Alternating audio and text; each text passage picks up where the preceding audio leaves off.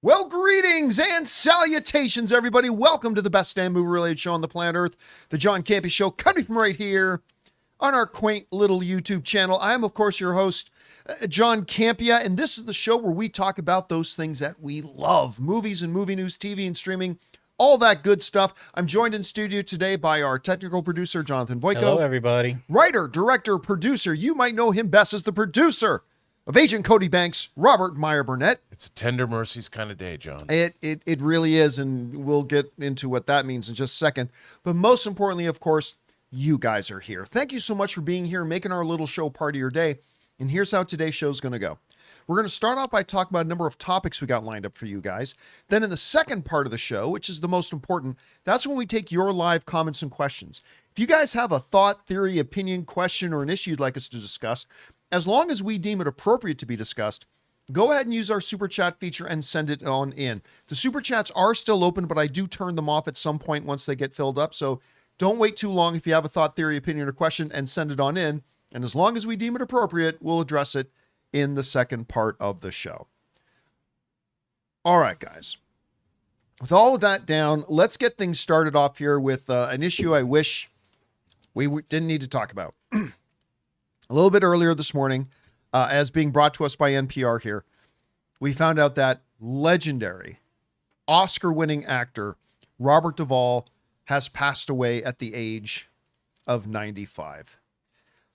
Robert Duvall is one of these actors.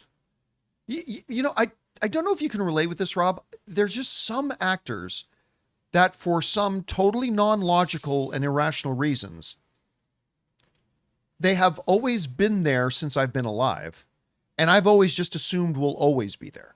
I know exactly what you mean. Robert Duvall was one of those guys because he didn't just have a long career, because he worked from a young age all the way up till just a couple of years ago, but didn't just have a career. He had, I believe, 7 Academy Award nominations. 7! That puts him in the upper echelon of the all-time greats. But he's also in some of the most iconic films of all time. Apocalypse Now, Godfather, Tender Mercies. I mean, on and on. He just established himself whenever he was there, and he always brought this insane, amazing presence to the screen. I mean, I do like the way NPR wrote this headline. This really stuck out to me. Actor Robert Duvall's died. He brought a compassionate center to edgy roles, which he always did.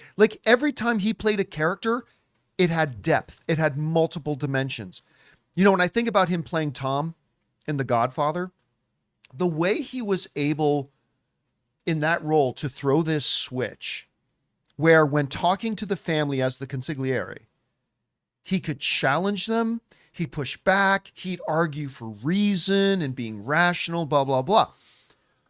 But once he was out doing the Godfather's business, he's stone cold. Right. He might be pushing for compassion, whatever behind it, but once the Godfather makes up his mind, the family makes up his mind, he's out there and he's a stone cold killer. I mean, he arranges for a head to be put in the studio in a bed. Yeah. I mean, and he brought that to everything he did. I just want to go over, these are just his Academy Award nominations, his 7 of them. Best for performing for a supporting role in The Judge, which not a great movie, but he was so good in that. Yeah. Best actor in a supporting role for a civil action. Again, I don't think the greatest movie, but he was fantastic in it. A horrendously, I believe, underrated movie. He got nominated for Best Leading Actor in The Apostle. And he directed that, didn't he? I believe he did. Then he won his Oscar for one of his most iconic roles for Tender Mercies. Also nominated for The Great Santini. He should have won that. That movie's incredible. Also nominated for Apocalypse Now. And then, of course, also nominated in The Godfather. And those are just his Academy-nominated performances. There were 4 or 5 others that he easily could have been nominated for on top of that. Now, again, look, I remember we were talking about, certain other passings happen in entertainment, and it's kind of mitigated by the age. Robert Duvall was 95. Yeah. He lived a victorious life and had a victorious career. Yeah. And he leaves behind a filmography legacy that I feel safe in saying will be celebrated forever. He was truly one of the greats, and we have lost Robert Duvall at 95. Rob, when you think of the illustrious career of Robert Duvall, what are going to be the first things that come to your head? Well, I mean, obviously, because it's one of my favorite movies of all time, The Godfather, and Apocalypse Now as well. But, you know, I posted something on my Facebook page. I'm a huge fan of the original Twilight Zone, the classic Twilight Zone that ran from 59 to 64.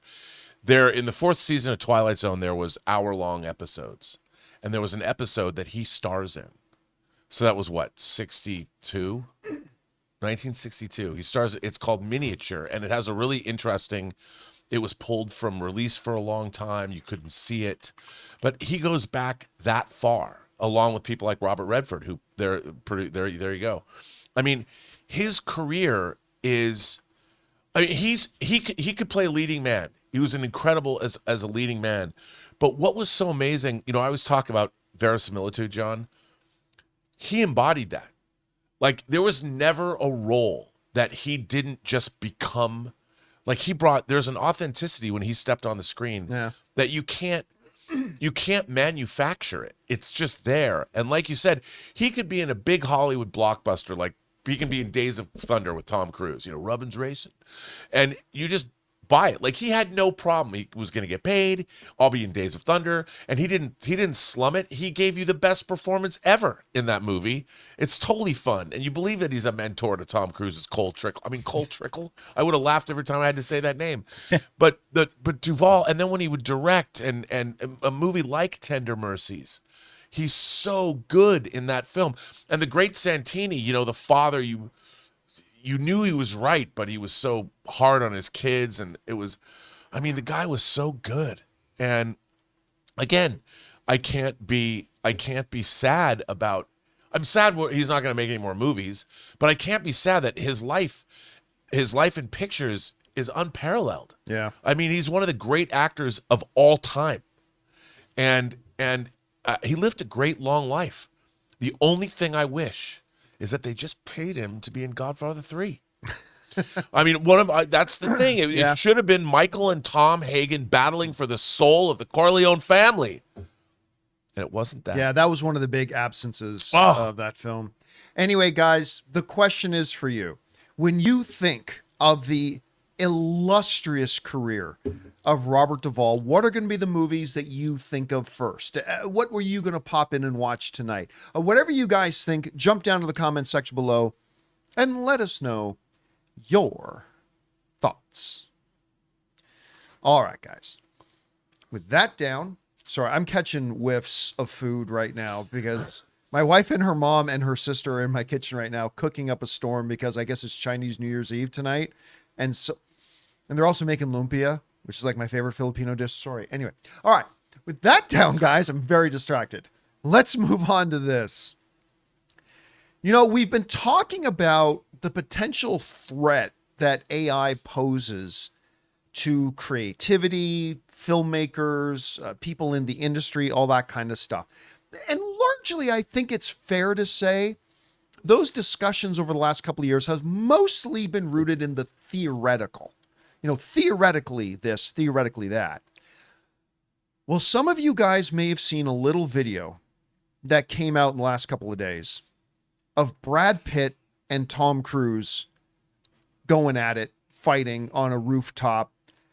And it was stunning.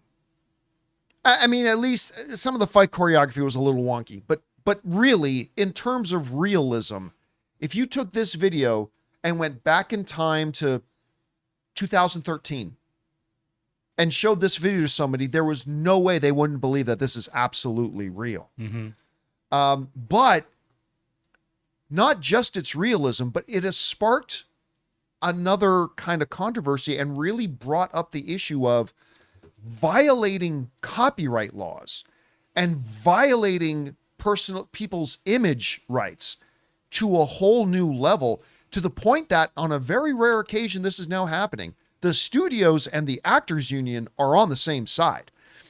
because of this article in Variety, writing SAG-AFTRA slams blatant infringement in Seedance AI videos. Now, why is there a picture of Samwise Gamgee there? Well, because they got him too. And he's the president of SAG now. Yep, that's right. Anyway, writes this. SAG-AFTRA is joining the industry condemnation of ByteDance, the Chinese owner of TikTok, for releasing a new video model that has enabled widespread copyright online. SAG-AFTRA president Sean Austin, also known as Samwise Gamgee, is among those whose likenesses has been used in videos generated by the model. Seedance 2.0. In the video, he appears in the role of Samwise Gamgee in The Lord of the Rings, saying, "Mr. Frodo, why don't we just take the Eagles to Mount Doom?" Which, of course, has been the running joke for 20 years. There you have it. Anyway, let's go down to their actual statement. SAG-AFTRA stands with the studios in condemning the blatant infringement enabled by ByteDance's new AI video model, Seedance 2.0, the union said. The infringement includes the unauthorized use of our members' voices and likenesses. This is unacceptable and undercuts the ability of human talent to earn livelihood. Seedance 2.0 disregards laws, ethics, industry standards, and basic principles of consent. Responsible AI development demands responsibility, and that is non-existent here. Now, again, if we go over, I mean, you take a look at some of them. I mean, this is, again, you show this to somebody in 2019. They're not going to believe. And look, even the way they talk, and watch the tilt of the head right there. That little Tom Cruise tilt. That is so Tom Cruise-ism. It's just insane. But listen, it does bring up, look, I'm one of these guys who believes trying to stop the progress of technology is like trying to stop the flow of a river with a piece of paper. It can't happen. You're not going to stop the progress of technology. But there is a difference between stopping the progress of technology and responsibly litigating how that technology can and cannot be used, what it can be used for and what it should not be used for. And I think this video is the first real manifestation, Rob, of the theoretical problem we've been debating for years. It's not a theoretical problem anymore now. No. Like it's got, now, is it perfect yet? No, it's still not perfect, but it's to the point now, again, where you show this to somebody, they're going to be very, very hard pressed. It's not like that Will Smith spaghetti eating video that first came out. The people are going to have a legit difficulty determining whether something they're looking at is real. And that's a problem. That's a real problem. I mean, we could go into the scope of the problem beyond the world of entertainment and how it could cause problems legally, but we won't go into that. We'll stick with movies. But this is something that the actors union, that the studios, that hell, I even say IATSE. I mean, these are issues that all of the unions and all of the studios and all of the producers are going to have to, and apparently Disney's even launched a lawsuit that I think you're going to see Brad Pitt lawyer up, and you're going to see a lawsuit come from him. I think you're going to see lawsuits coming from Tom Cruise. I think that's going to happen because, you know, you take some other AI models like Google Gemini, ChatGPT, and multiple people have posted online examples of, hey, they try to make a poster of Will Smith doing this, and ChatGPT comes right back and says, sorry, this violates our things. We can't do this. Somebody tried to make a thing of that Tim Burton, what was the alien invasion movie again? Mars Attacks. Mars Attacks. They tried to do this Mars Attacks thing, and it worked on it, but then it spit out a thing saying, hey, this violates our whatever. I mean, that's something that all these AI models are going to have to incorporate. Anyway, Rob, one of the writers of Deadpool even came out. Reese. Yeah, Reese came out. Rhett Reese came out and said, well, this is it for us. We're kind of dead now. Might have been exaggerating a bit there, but what were your first thoughts when you saw this specific video? Well, and what do you think about the uproar now that the studios and the unions are talking about? Well, I had seen this video, and then there's actually another video. A YouTuber friend of mine, Dave Cullen, sent me a link to I don't know if you saw the Star Trek: The Next Generation Data video where he's a rock and roll star. And I have not seen that one. It's, I mean, again, the likenesses and everything is incredible. And Dave asks, he goes, "What do you think of this? I mean, this is all next level. It's all the same AI. I mean, people have been flooding. There's another one where Steve Rogers is fighting John Wick. Right, I Captain saw America that, is yeah. fighting John Wick. And so what's happened now is, look, actors get likeness approval. You have to have their likeness approval in a contract if you want to put their face on a movie poster. You know, it's all that kind of, because that's what they're paid for. Now, unfortunately, the AI companies have to get spanked hard over these kinds of things, because what you're now doing is you are violating personhood. And now I understand. I mean, look at this. This is really I mean, this is, and remember, this is the worst it is right now. Imagine where it's going to be. AI is racing forward. We're in the fast takeoff. It's called the fast takeoff mode of AI.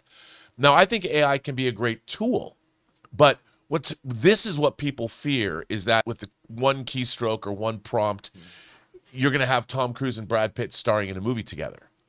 Well, that's not what unfortunately, people should be using AI to create new things. You know, create AI-generated characters that you've prompted into existence, or use yourself and modify yourself for something. By doing this, you're violating 10 different copyright notices. And if an AI company has enabled this to occur, like, they can make it so you can't. I'll give you an example. I made an album with Suno, and in some of my prompts, I would ask, I want to do it in the style of this. Suno's like, no artist names. They said, you can't ask us to make a Depeche Mode song. It will not allow you to do that. And I thought that was a really great way to go. Because it forces people to then, you've got to come up with your own things. And this is something that should have been taken care of from the very beginning. And I understand people are enthusiastic. Some of the Star Wars stuff that I've seen, like Anakin Skywalker, the one where he just becomes Darth Vader, and they show his chest being cut open. It's amazing. I mean, and I'm the first person to be like, I want to watch that. Or the Duel of the Fates script that Skywalker Stories has been adapting. That guy's going to put out the Duel of the Fates movie, and it'll be incredible. And Disney already kind of got out. They're not going to let that come out. Well, I mean, no way they're going to let that come out. But Disney got in front of that. They said, look, we're going to put our characters out there to be licensed so we can use the material, the best of the, because they'll look at the best of it and go, that's ours. Thanks for all the work.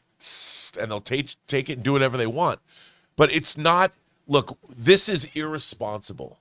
And I think that this company should have known this was going to happen. And we as fans, of course, people are going to make their favorite memes using their favorite actors. But we have to condition society that it's not a good thing to do, that you are violating someone else's personhood. And this is something we have not come to terms with, but we're going to have to real fast. And I think the studios have no choice but to lawyer up and be as hard as they can on this stuff, because it doesn't lead anywhere good, and it devalues. It devalues. How's Brad Pitt going to be able to justify getting paid what he normally gets paid for a movie if somebody can do this? And again, listen, I'm not one of these people who is against the progression of technology. Me neither. Whatsoever. I mean, I'm okay with finding ways to take advantage of AI in filmmaking and stuff like that, 100%. I mean, again, we've already seen massive changes made to the movie making industry from technology. Whereas before, you have to get a physical space and build these large, incredible sets and blah, blah, blah. Well, guess what?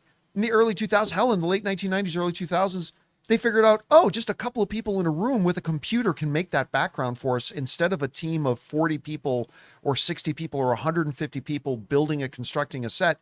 Or matte painting became a thing. Like, if you want to go all the way back decades, technology will always advance, and the movie industry will always find ways to adapt the new technology, but there's right ways and wrong ways to do it. And I think that's all we're talking about. Anyway, guys, question is for you. What do you think about this? Like, what did you think when you saw that Brad Pitt, Tom Cruise video at first? I mean, it's the first time that I literally went, okay, this is concerning. Like, everything else has been, even some of the stuff that everybody says is amazing, I still look at it and think this is slop, but this is the thing that can break the dam. And what do you think about the unions and the studio's response to it? Whatever you guys think, jump down to the comments section below and let us know your thoughts. All right, guys. With that down, let's move on to this, shall we?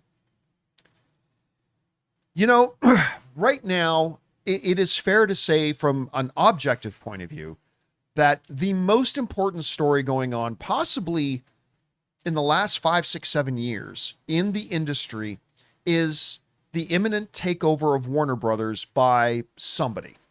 It looks like it's going to be Netflix, but Paramount has also been stomping their feet like impotent little children and making a fuss and whatever without actually making their bid any better. But they are still in the race. We've been careful to cautious everybody. Remember, Paramount is still in this. They can do a lot of things. They can up their offer. They can offer more money. They're still in this. It's not over till it's over. Well, according to a new report here, Warner Brothers is now contemplating reopening talks with Paramount. Bloomberg News is reporting. Now, remember, in theory, the bidding war is over. Warner Brothers chose Netflix. They chose Netflix's bid. But legally speaking, until the dotted line is signed, everything is still open. Now, there is a clause put in, I think it's for $5 billion, that when they accepted Netflix's offer, Warner Brothers made a commitment that if for whatever reason they walk away from the Netflix deal, they got to pay Netflix. Again, I might be missing the number, but I think it's $5 billion. They got to pay Netflix for nothing. Just here, sorry for the misunderstanding. Here's $5 billion. I would love that. Anyway, but Paramount's continued to raise a stink, and it's caused some of the Warner Brothers shareholders, a small minority of them, less than 7%. But it has caused some Warner Brothers shareholders to recently bring up, hey, maybe we're not giving Paramount a fair shot. And remember, the board of Warner Brothers has a fiduciary responsibility, legal responsibility, to make sure they get the absolute best deal they can for their shareholders. And some shareholders, again, less than 7%, but still, some shareholders are going, I don't think we're giving Paramount a fair shake. So this story comes out that Warner Brothers, and by the way, it's not saying that they are reopening negotiations with Paramount. It says they're considering it. This comes out from Reuters, who writes, Warner Brothers Discovery is considering reopening sales talks with rival Hollywood studio Paramount Skydance after receiving its hostile suitor's most recent amended offer, Bloomberg News reported on Sunday, citing people with knowledge of the matter. Members of the Warner Brothers board are discussing whether Paramount could offer a path to a superior deal, the Bloomberg report said, adding that the board has not decided how to respond and may just stick with the current Netflix deal. Okay.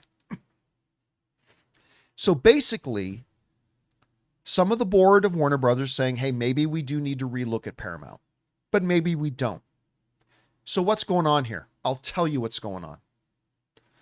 And nobody's told me this, but I feel 100% confident in this. Unless Paramount radically improves their offer, which they have not done yet, they literally have not actually sweetened their offer at all. They've moved some chess pieces around the board, but ultimately they've just been moving milk from cup A into cup B, and they really haven't done anything. Unless Paramount makes a significant improvement to their offer, which they have not yet done, but they still could do in the future, Warner Brothers has no intention at all of ending their deal with Netflix and going with Paramount. So what's this all about? I'll tell you what this is about. This is Warner Brothers covering their asses legally. This is Warner Brothers setting it up so that if there's any fuss, if there's any commotion later, they can honestly go to their board, they can honestly go to their shareholders, they can honestly go in front of any government oversight committee and say, we did due diligence. We went back to the table, we heard new offers from them, they weren't willing to move anymore, but it cannot be said that we didn't give them a fair shake. Mm-hmm. They are simply doing this, I'm telling you, so they can have a complete defense against any disgruntled shareholders and have a great defense against any regulatory board. They don't want Ancora coming after them. Yeah. They don't want any of their own shareholders coming after them, right? Because we've seen that could be an issue. We saw that with the Disney Fox takeover a few years ago, where some disgruntled Fox shareholders were kind of upset by the deal. Mm-hmm. Now that all got settled and taken care of. But that's exactly what Warner Brothers is doing here. Now, look, that does not mean that this is over. Paramount still could come. I don't think they're going to do it because they're leveraged to the tits. But Paramount could still come back and say, okay, fine. 15 billion more. Or fine, 20 billion more. Or whatever. They still could do that, at which point Warner Brothers would go, okay, that's interesting. Let's talk about that. In which case, Netflix. This is exactly what happened with Fox and Disney when Comcast stuck their nose into it and forced Disney to keep and up for no other reason than to troll for billions more. They're like, oh, we're interested. Comcast never intended to get Fox. They just wanted to make Disney pay $40 billion more than they originally planned on it. Yeah. But so, I mean, it could happen that Paramount could come along and say, yeah, we're going to offer another $10 billion, whatever. And Paramount could look over at Ted Sarandos and say, Ted, he's offering another $10 billion. To which Ted would go, fine, we'll up our bid by $10 billion more, whatever.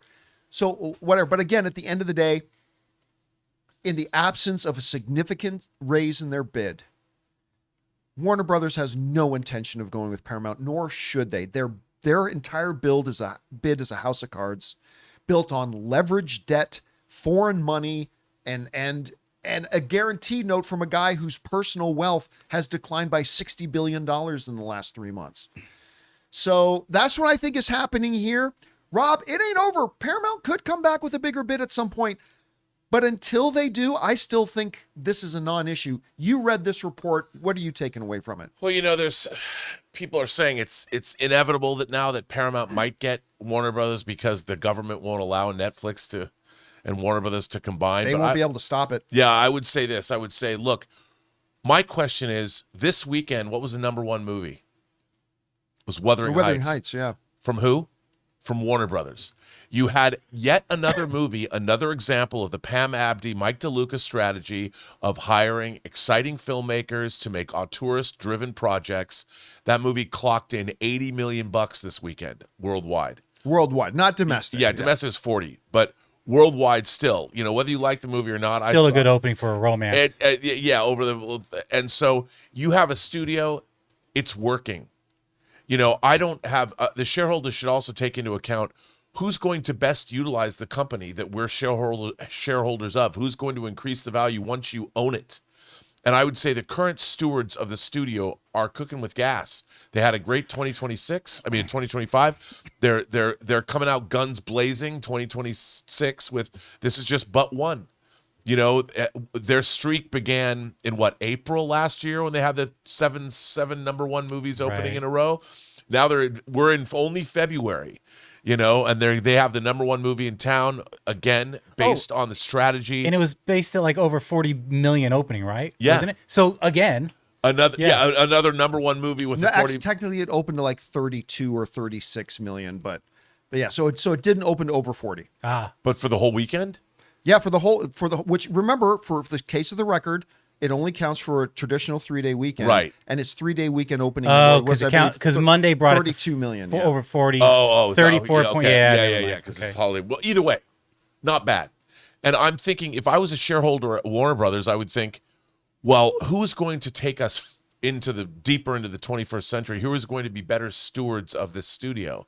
And I would say the people that are running Warner Brothers right now are doing a heck of a job. And so they should continue to do so. By the way, shout out to the UK division of Warner Home Video for that great Ben-Hur box set that's coming out in March. Woohoo! By the way, looking at the box office mojo right now, you can bring this up here. Wuthering Heights, yes, its official opening weekend number was 34.8. Because Monday was 5.2. Oh, yeah. Yeah. So you don't count Monday because other weekends don't get to count Monday. Right. So there you and go. It's a 4-day weekend because today's a holiday. But still, not bad. And I would like to see, Warner Brothers continue on and be as strong as they possibly can. You know what? I still believe this. I think by the end of this year, we are not going to see Paramount owning Warner Brothers. I still really believe at some point in the very near future, the Ellisons are going to pivot. And they're going to go and get NBC Universal from Comcast. You think they can afford Comcast, though? Yeah. At this point? No, they can't buy Comcast. Okay. But Comcast has made overtures suggesting they're kind of interested in letting NBC Universal go. And if they do, I see that as a much more prime target see. for Yeah. Paramount's Maybe. guidance. I would just like to see Paramount become a great studio again Yeah, I and make agree. great Nice. movies and TV shows. Enough of wasting your time. I mean, your 2026 slate, Paramount, pretty damn anemic. You got to get a MIPCA hat. Make Paramount great again. Yeah, well, MIPCA. Anyway, guys, question is for you. What do you think about this? The reports in the industry right now is that Warner Brothers is open to maybe going back to the negotiating table with Paramount to see what they have to offer. I think it's just to cover their butts. I really do. Unless Paramount suddenly re-ups a significant amount to their offer, which I don't think they're going to do. I think by the end of the year, they're going to end up owning NBC Universal and buy them off of Comcast. But I don't know. Who knows? It's still all up in the air. Whatever you guys think about this, jump down to the comment section below and let us know your thoughts. It's like a Game of Thrones. That's a nice segue, Jonathan. Yeah, you're welcome. As we move on to talk about this, A Knight of the Seven Kingdoms has been wonderful.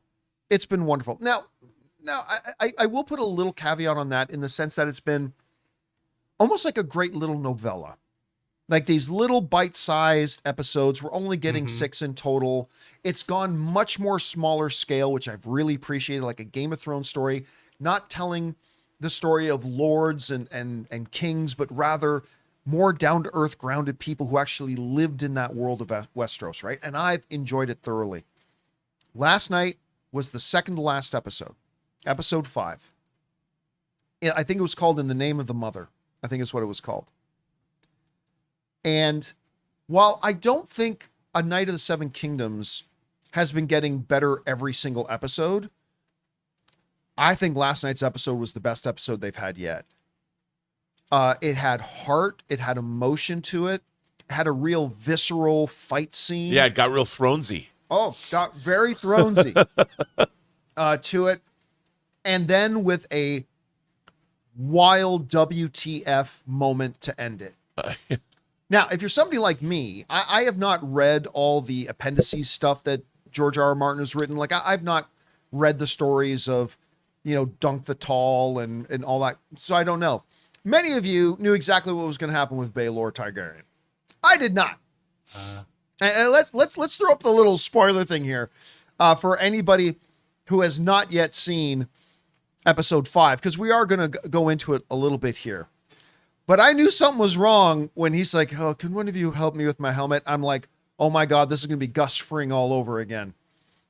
Where Gus got to tighten his tie and then turn his face the other way and this is going to be bad.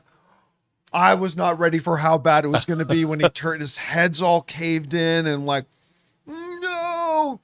I just like, Okay, we weren't okay. Damn, spoiled. Thanks. We literally just spent 20 seconds saying we're putting up the spoiler warning, and we put it up. yeah, this is And then your own- someone's like, yeah. "Thanks, spoiled." Yeah, go cry yourself to sleep. That's on you. We gave you plenty of heads up and put up a big spoiler warning. So anyway, go jerk yourself off. So anyway, I was floored by it. Now, of course, because I've watched a bunch of Game of Thrones-ish videos, I know what happens to Egg. And so, hey, at some point, Egg's got to get in the lineage line here. So something has to happen. So it made sense, whatever. But just the way that happened, because I think somebody online made the point that Baelor was like a Knight of the Seven Kingdoms version of Ned Stark, like the MVP, because he was. I mean, this is a guy I think everybody wanted to see on the Iron Throne. Like, oh, this would have been a great era for Westeros if this guy sat on the Iron Throne. And whatever, but the fight scene was visceral. The flashback was heartbreaking. Getting a little bit more of what was the knight's name? Something of Pennytree. Yeah. Aelin? Was that his name? Yeah. Of Pennytree. I knew it was of Pennytree, but getting a little bit of a better picture of him, I thought was wonderful. And I mean, I'm watching Dunk just get the living shit beat out of him. Though, like, Ann and I are sitting there watching, and like every 2 seconds, we're like, ah. It was great though. Arlen of Pennytree. Thank you guys in live chat. Arlen of Pennytree. and so freaking satisfying to see that little punk bitch at the end going, I withdraw my accusation. I mean, it was just so good, so satisfying. It was too short. Again, it was like after credits and previously ons, it was like 40 minutes. But that is what the series is. Yeah. No little novellas. But I found it very satisfying. Listen, I still like House of the Dragon more. I do. But I could not be happier with A Knight of the Seven Kingdoms. I really couldn't. And last night's episode was truly peak Game of Thrones. It was really great. Anyway, Rob, you had a chance to watch episode 5 last night. What did you think of it? Well, you know, what I've really liked about this show is in its conception and its consistency. I really feel like, you know, John, I'm always talking about authorship, and I feel like they said, we know that George R. R. Martin was very heavily involved in the creation of this. I feel everybody on this show really understands the assignment. It is a character-based show, and you love these characters, and you love watching. This is not about, I mean, it got a little apocalyptic for certain people last night, but it's not about the end of the world. You know, it shows that you can tell an epic tale that gets you emotionally involved and gets you on the edge of your seat. Like last night, you were on the edge of your seat, and it's because it's engaged your emotions and it's engaged your mind, and it's just telling you a great story. Yeah. And who would have thought? I just love the fact that this is in a Game of Thrones universe where we're used to watching two sides with dragons and, you know, the massive fate of armies. Absolutely. And, yeah. But this is just as compelling, and it shows that, you know, you can tell a story in any universe as long as you have a handle on what that story is going to be. The stakes can be personal or they can be world ending, but they can be just as compelling. And this show knows exactly what story it's telling. It's not missed a step. And every episode is just, I mean, I'm assuming the 6th episode is going to be equally fantastic, but what a satisfying piece of entertainment. I mean, if you cut it all together, it's like a 2.5 hour movie. Mm-hmm. What a satisfying film this would be. And, you know, I think if they follow the pattern that almost all the seasons of Game of Thrones and House of the Dragon have been, it's always been like the second to last episode is like the big one, and then it kind of pieces things together. But I'll tell you what, I am so excited for next week, because I remember as Baylor's standing there and talking about, because, you know, him and his brother, they're the hammer and the anvil. Right. The heroes of the Blackfire Rebellion and all that kind of stuff. And while they seem like they get on each other's nerves, they love each other, the two brothers. And like, I remember thinking, he's talking about how his brother's the one who hit him in the back of the head. And he's like, he hits hard, you know, sort of thing. You know, his brother didn't mean to he didn't mean to kill him or seriously injure him. And all I could think about is the great drama we're going to have, because now we've got this other brother who's now in line for the throne, and he's going to be torn up. Yeah. And even in the little trailer for next week's episode, he's devastated. Like, he's absolutely, it's not like one of these traditional things. The younger brother kills the older one, so he can be like, no. He's devastated. And I'm like, I cannot wait to see how this plays out. Yeah. I wonder if he's going to find out who landed the blow. Oh, I think he knows it was him.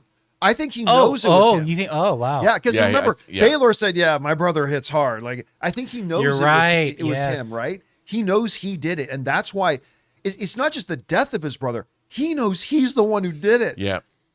And I think it's going to eat him. And I just can't wait to see how this finishes off. Anyway, I just think I was questioning this series a little bit. It's like, do we really need it? A little 6-episode thing? But it's been great, and I'm so glad they made it. Well, because when you tell stories like this, especially genre stories set in fictional worlds, you can make them great even if it's the story of one guy. And this is such a great example of that. It's just a really well conceived. You feel that you're really getting a story that it was worth telling to the audience. They really nailed it. I wish Star Trek could do it. Anyway, guys, question is for you.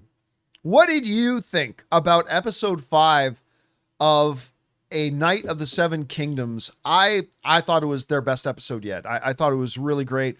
Just kind of heartbreaking that we've probably only got like a half hour left of it, which breaks my heart. But whatever you guys thought about it, jump down to the comment section below and let us know your thoughts. All right, guys. We can take down the spoiler thing now. With that down, being Monday, I thought we would get things kicked off here with a little game of verses. The way verses works is really simple. You guys propose a matchup of two different things. Maybe it's one actor's performance against another actor's performance. Maybe it's one movie against another, whatever it may be. Jonathan's picked out a few of them for us to go through. So, Jonathan, what do we got up first? All right, Rob. First up in this verses, we're going to hear from, wrong button. We're going to hear from Moisir. Daredevil season 3. I'm guessing that's the Disney Plus one versus Penguin season 1. No, that's the Netflix one because there is no Daredevil season 3 yet on Disney Was it? Plus. Was there 3 on Netflix? Yes, there were. Yeah, there three was 3 on Netflix. Okay. If that's because, I thought there was just 2. It's a tough one. I'm going to go with Penguin season 1 on this one because, first of all, Daredevil is season 3. Daredevil's already good. Everyone already liked Daredevil. The risk of making a season 3 of Daredevil was not nearly as risky as making a Penguin TV series. Now, I thought what they did with... I liked all 3 seasons of Netflix's Daredevil. But this is... Because it's versus, I'm saying that it was... The idea that Penguin season 1 was going to work at all, not... Let's take away Christina, what's her name? Milotti. Anyway, everything about Penguin season 1 floored me. I couldn't believe how good it was. I couldn't believe how it worked. I couldn't believe in her performance. It was incredible. So I'm going to give the edge to Penguin season 1 only because it was a harder act to pull off than Daredevil season 3 was. I don't really, for me personally, I mean, we all have our different criteria. For me, the criteria about which was more difficult to do, I don't really consider. I just really think about what was the end result. Yeah. And for me, I'm going to agree with you. Penguin was the better season. Listen, I loved all 3 seasons of Netflix's Daredevil. But as much as Daredevil season 3 was awesome, I don't even think it was the best season of Daredevil. Right. But even that all aside, Penguin was not just, take the comic book genre out of it. It was one of the best things that's been on TV, like up maybe in the top 5 best things that's been on TV in the last 5, 6, 7 years. Extraordinary.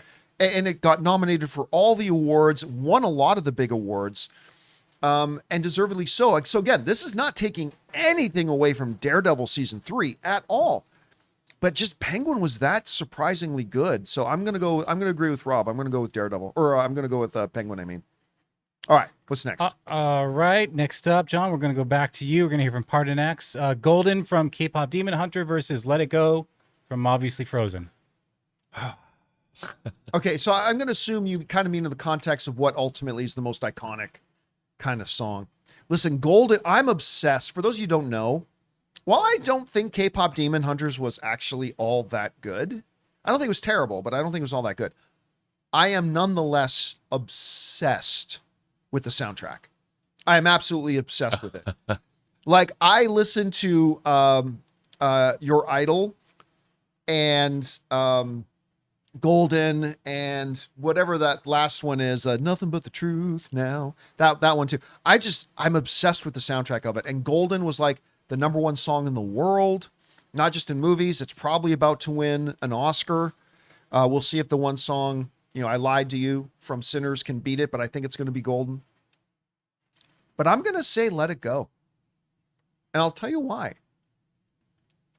I mean, both songs feature dynamite vocal performances from, I forget the girl's name, the K-pop star who does the lead vocals.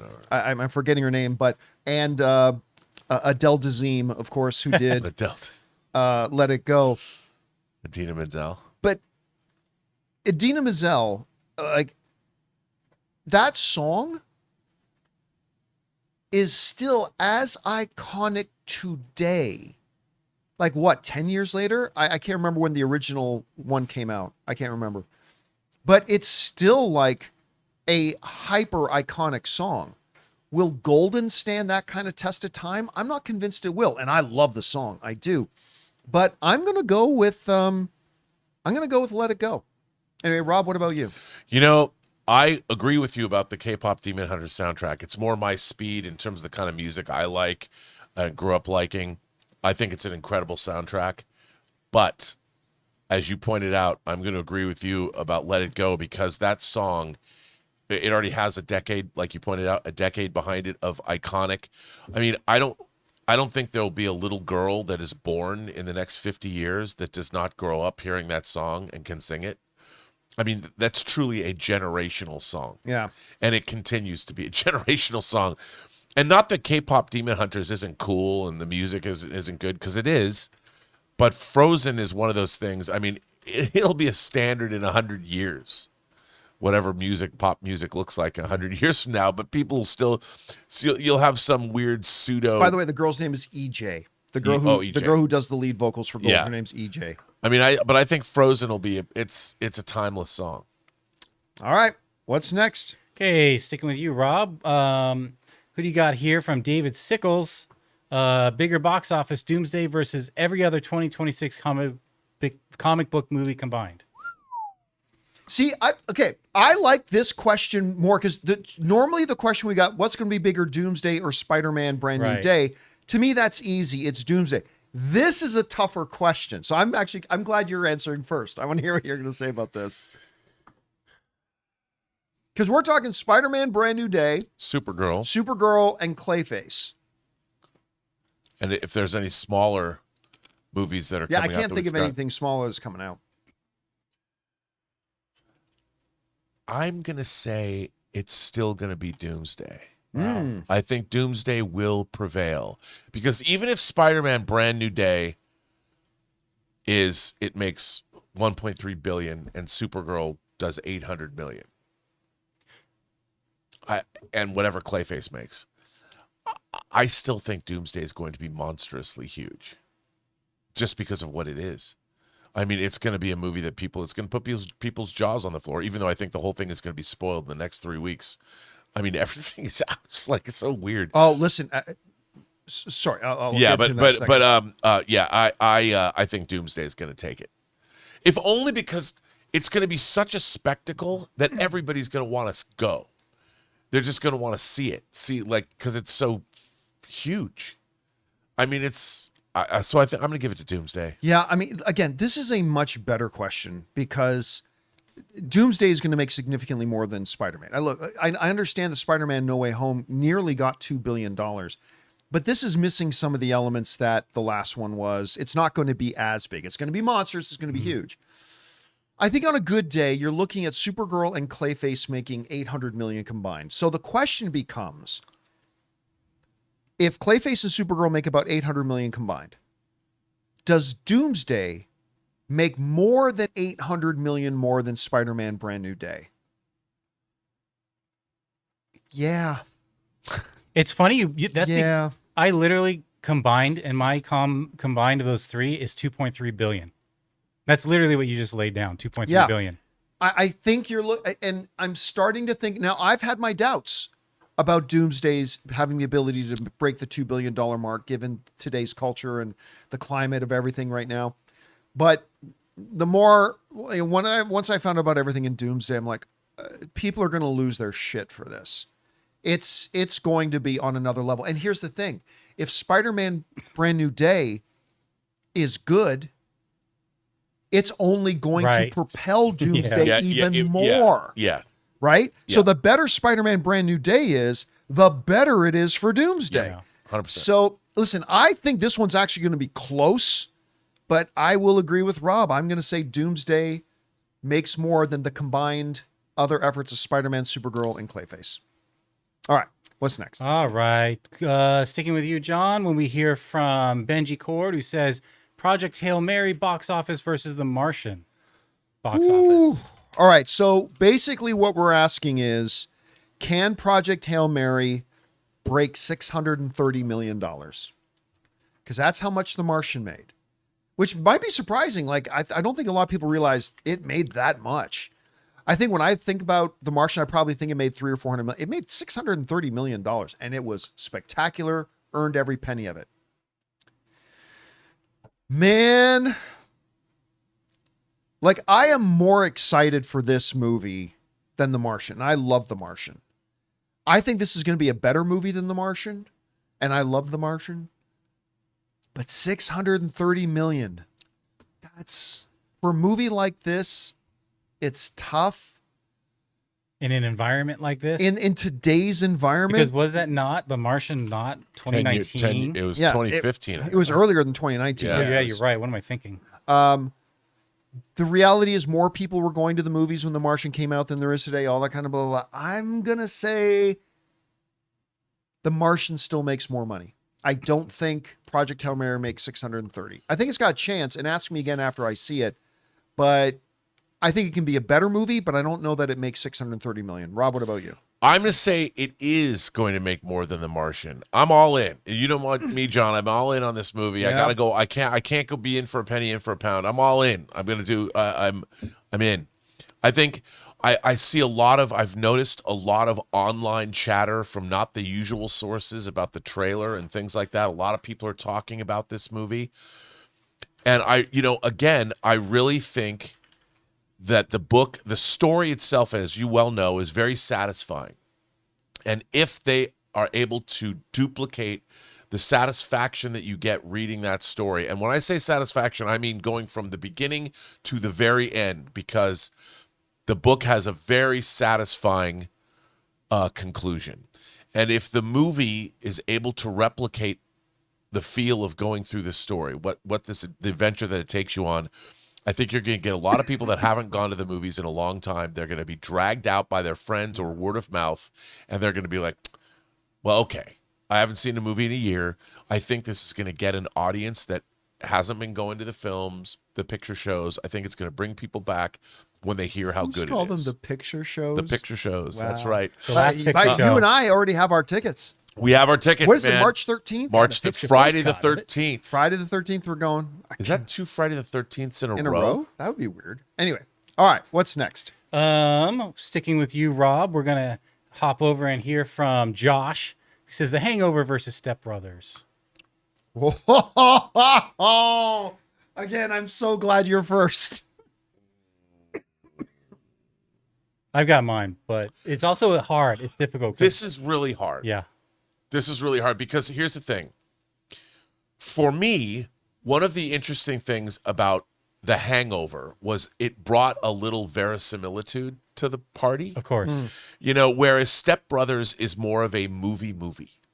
Yeah. It's more of it has a comedy, the Hangover presented you with a situation, but it was more set. This makes so weird. It's so weird to say this. The Hangover set in the real world. Yeah. But Step Brothers is set in movie world. And it's a heightened reality. For me personally, I would go for The Hangover more for that very reason.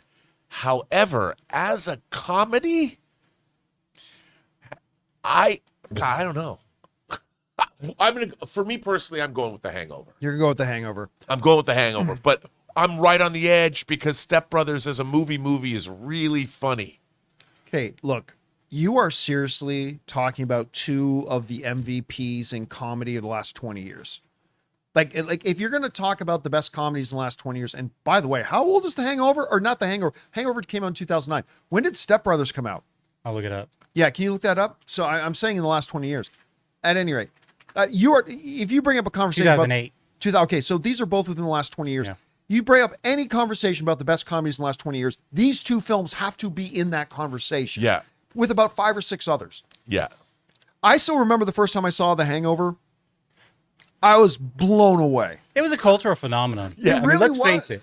People were going back to see that movie like 3-4 times. I was Everyone one of was them. talking like And everyone it made was Zach saying the jokes at Galifianakis a parties. star. Yeah. That movie made Zach Galifianakis a star. Yeah. Bradley Cooper, of course, was already well on his way to stardom. Didn't quite make that dude who played Andy in The Office quite the big star as the other one. But anyway, the three of them together, incredible chemistry. It's incredibly hilarious. The doctor, our favorite Asian doctor, it made him a star too. Ken Jeong. Ken Yeah, Jeong, made him a man. major star. Anne's sorority sister. Jamie Chung was in one of the follow-up films as well, but we're not going to talk about 2 and 3. Those are different. But it was amazing. But I got to go with Step Brothers, man. Me too. As a pure comedy for me, man. Listen, my two all-time favorite comedies, 40-Year-Old Virgin and Noises Off. But with all due respect to those two films, I don't know, because 40-Year-Old Virgin wasn't just a great comedy; it's a great movie. Yeah. I don't know. So is Noises Off. And so is Noises Off. But I don't know if there was a comedy that made me laugh as frequently out loud. Like the number of moments, I've got to pause the movie moments because I'm laughing so hard. I don't know that Step Brothers has ever been equaled on that. It's just, I constantly laugh my fucking guts out watching that movie, and it never gets old. Did we just become best friends? Yep. It's like, and gave us one of the best comedy duos. Oh yeah. It sucks that they don't get along anymore. Oh, anyway, with John C. Reilly and Will Ferrell, their comedic timing together. I mean, yeah, they made some sucky stuff together, like that Sherlock Holmes thing they did. But you're also talking Talladega Nights. But these two guys together were gold. So I gotta go. I gotta go with Step Brothers because it's just that movie for me. All right. What's next? Our final one, and we're gonna stick with you on this one, John. From Fishflix Entertainment, better Scorsese movie, Casino, The Wolf of Wall Street. Oh, listen, a number of these ones have been very, very, very tough. This one isn't to me. I love Wolf of Wall Street. Of course I do. It will not stand the test of time the way Casino has. Well, okay. I mean, Wolf of Wall Street is great. It's fantastic. But I would almost say Casino is still more relevant today, and it's been out for like 40 years. I can't remember how long ago Casino came out. Over Wolf of Wall Street. Again, no shade on Wolf of Wall Street. I love it. You guys know I love that film. But Casino is Casino. Rob, there are some people, they're wrong. There are some people who even put Casino above The Godfather. Who put it above Goodfellas. Who are these people? I'm not one of those people. Okay. But I can see where they're coming from. With one of the most like, oh my God, endings. I gotta go Casino for me on this. What about First you? of all, I want to congratulate you for making the right choice on this one. I didn't think that you were gonna.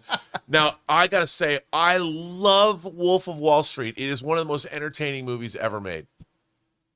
But the first hour of Casino is one of the most virtuoso examples of filmmaking of all time, and the craft, the acting, everything that's on display in that movie is, I dare say, genius. So many different cinematic techniques are used. The point of changing of the perspective, the point of views, and everything that's happening, everything that goes on in that movie, is astonishing. And I argue with myself about my favorite. Like, I like Martin Scorsese movies like The Aviator more than other people do. It's great. But in my own mind, I'm constantly, whenever I put Casino on, because I put Casino on just when I need to be inspired by virtuoso filmmaking. And I love the whole movie, and I love Sharon Stone in it, but I love the first hour of that film is astonishing from a directorial point of view. The cinematography, it's unbelievable. And it's a different kind of movie than Wolf of Wall Street. I mean, Wolf of Wall Street is more at the center of that movie is Leonardo DiCaprio's ferocious performance. Now, all the actors are incredible in Casino, but it's a melding of all of this stuff. So I got to go with Casino, but that's a tough one. Dude, you can't go wrong with either one of those movies. Besides the ending, which is just, ugh, there are two scenes I always have in my head. In Casino. They're in Casino. There's the one where they catch the guys cheating at the tables. You left-handed? Yes, sir. Ay. It is still one of the most disturbing things. And the other one is when the guy who put his bare feet up on the table and Joe Pesci's talking to Robert De Niro on the phone. Hey, you threw my friend out. Yeah, because your guy he told me to fuck off. And then Joe Pesci takes the phone and cracks the guy over the head. I'm like, those two scenes are like in the Hall of Fame. Like in the Hall of Fame, Caveat to this, so you pick Casino over, but best lead performance, Robert De Niro or DiCaprio. Oh man, and those two movies specifically, Yeah. that's tough. Because DiCaprio, I mean, that's not the one he won his Oscar for. That was Revenant, but you could make an argument that was DiCaprio's best performance. Yeah, I mean, and the thing is, De Niro's playing a character that's more reserved. You know, he has to keep his reserve about him. Whereas Leonardo DiCaprio is he does not get, everyone thinks he's a great actor, and he is, but that performance is fearless. That is an actor who doesn't care how he looks. He has thrown himself into that role. I mean, from the Quaalude scene, the lemons, but from everything he does, the scenes he has with Margot Robbie, I mean, that guy is that as a masterclass of acting, and Leonardo DiCaprio forever will be. I think we talk about, he's one of the GOATs too. He might not be the kind of person that I'm an oil man. He's not Daniel Day-Lewis. But he's going to win his second Academy Award this year. I know. For one battle after another. To me, it's just Leonardo DiCaprio, and in that role, and when you watch the behind the scenes of that filming that movie, the way he can turn it on immediately as soon as the action is called, God, man, he's an amazing actor. And but I thought of one more scene in Casino. The desert scene, just Joe Pesci and Robert De Niro, that scene where they meet in the desert. It's so good. And they're going back and forth at each other. And you're like, oh my, anyway, guys, if you haven't seen, the moral of the story here, if you haven't seen Casino, watch Casino. It's so freaking good. Anyway. All right, guys, that will wrap up today's session of Versus. Thank you so much to everybody who sent in their submissions. Keep your eyes open on the YouTube channel for when we put out our next call for submissions, and maybe you'll see your matchup featured on Versus. All right, guys. Listen, we still have a couple things to talk about, including DC just kind of very quietly put out their first official Lobo poster. We're going to talk about that. And Mandalorian dropped a new little teaser today announcing the full trailer's coming out tomorrow. What do we think about it, and how important is this trailer coming out tomorrow? We're going to talk about those things and a few things more. But before we do, we're going to take a quick second here and thank the sponsor of today's episode of the John Campea Show, our friends at Factor. Guys, we want to take a second to thank a sponsor of this video, Factor. Cold days, packed schedules, and let's be honest, when February hits, staying on track with eating well gets tough. And that's why I love Factor. Factor makes eating healthy deliciously easy with fully prepared meals designed by dietitians and crafted by chefs so you can eat well without the planning, shopping, or cooking. One of my main go-to meals lately is their high protein options. You're getting quality functional ingredients like lean proteins, colorful vegetables, whole foods, and healthy fats. Plus, they have over 100 rotating weekly meals, including Calorie Smart, Mediterranean, GLP-1 support, ready-to-eat salads, and even their new Muscle Pro collection for strength and recovery. Everything arrives fresh, never frozen, and is ready in about 2 minutes. All that and more is why I highly recommend Factor. Head to factormeals.com/Campea50off and use the code Campea50off to get 50% off and free breakfast for a year. Eat like a pro this month with Factor. New subscribers only, varies by plan. One free breakfast item per box for 1 year while subscription is active. And thank you to our friends at Factor for feeding me well and for sponsoring today's episode of the John Campea Show. All right, guys. With that down, let's move on to this, shall we? We've all been talking and buzzing about Jason Momoa playing Lobo literally now for 3 years.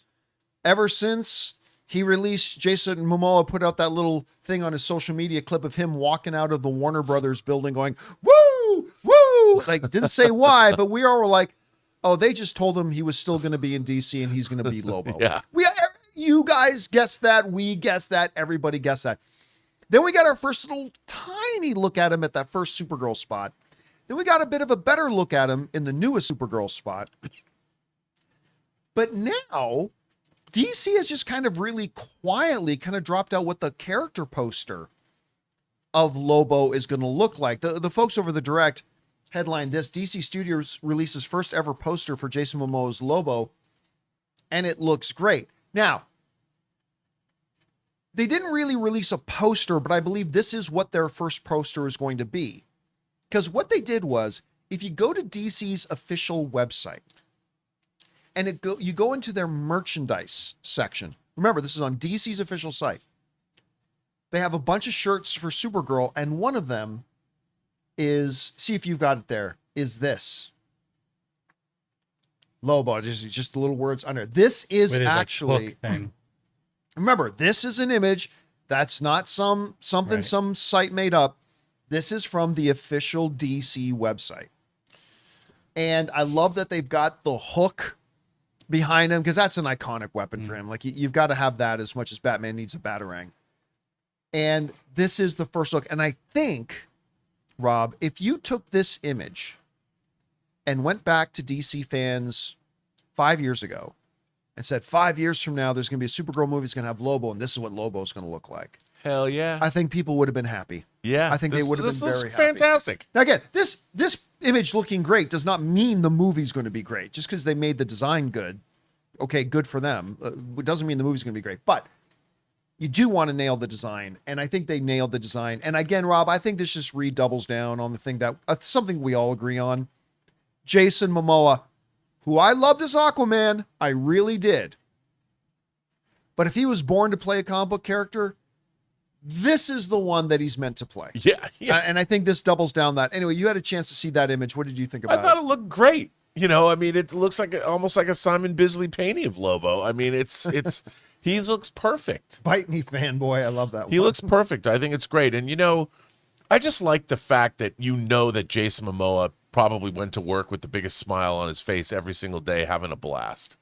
I mean, every time I see that guy, it looks like he's having I want to live my best life the way Jason Momoa does. He kind of looks like, what's in the, I mean, look, come on. Look at that. kind of looks like John Travolta right there. I don't know why. You know what? If John Travolta cosplayed as The planet Lobo, Cyclo. that's oh my god! Don't even go there. You're right. That wouldn't be too far. If you told me that was John Travolta cosplaying as Lobo, I might say I see it. He just looks great. Well, the thing is like, with Aquaman, I felt like they made Aquaman to be a Jason Momoa type of character, which is fine, Yeah. and I liked it. But this is Jason Momoa is Lobo. Yeah. Yeah. Yeah. You know? He really is. I mean, look, again, getting the design right does not mean the movie's going to be good. No. But you'd rather see the design look good Yes. than not look good. And this one looks pretty great. Anyway, guys, question is for you. What did you think of these new official images we've got coming out of DC? Do you like what you're seeing? I think it looks great. Anyway, whatever you guys think about it, jump down to the comment section below and let us know your thoughts. All right, guys. With that down, let's move on to this, shall we? There's a Mandalorian and Grogu movie coming out, and I'm Really? hard pressed to care. Yeah. And I cannot believe I'm saying that about a Star Wars movie. I just can't believe it. And I hope it's great. And I hope we go into it. And I hope we come out cheering and being excited about it. I am hoping for all those things. I really am. I still think it's a questionable decision to make the first Star Wars movie hitting theaters being nothing but an extension of the third season of the television show, being a de facto fourth season. I still don't understand that logic. I still don't understand the move. And so far, their marketing for this thing has been questionable at best. Making one of the most dumbfoundingly stupid decisions I've ever seen with that horrific mistake of their Super Bowl spot. It's like you spent $10 million for that 30-second spot, and instead of making an actual teaser for the movie to get people excited, you did a throwback to an old Super Bowl commercial that a lot of the people watching this weren't even freaking alive when it first came out.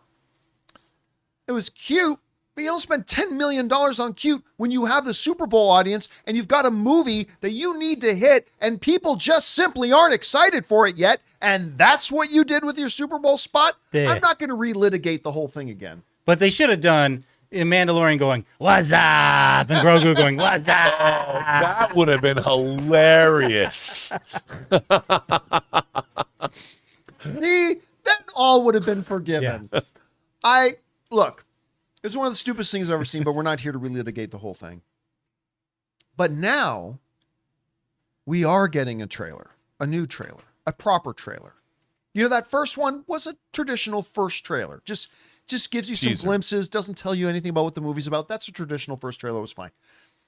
But today, as comes to us from Games Radar, they actually dropped a trailer for the trailer. They put out their first little tease, giving very, very heavy Star Wars vibes. Yeah. As I looks like Scarif. Kind of a little bit of a scare feel. I like this, by the way. The X-Wings, they play like the Star Wars music. Then, of course, Grogu being mischievous, Grogu being Grogu. And I love little baby Yoda. But, you know, it's everything we already got in the TV show. And, by the way, I hate the logo.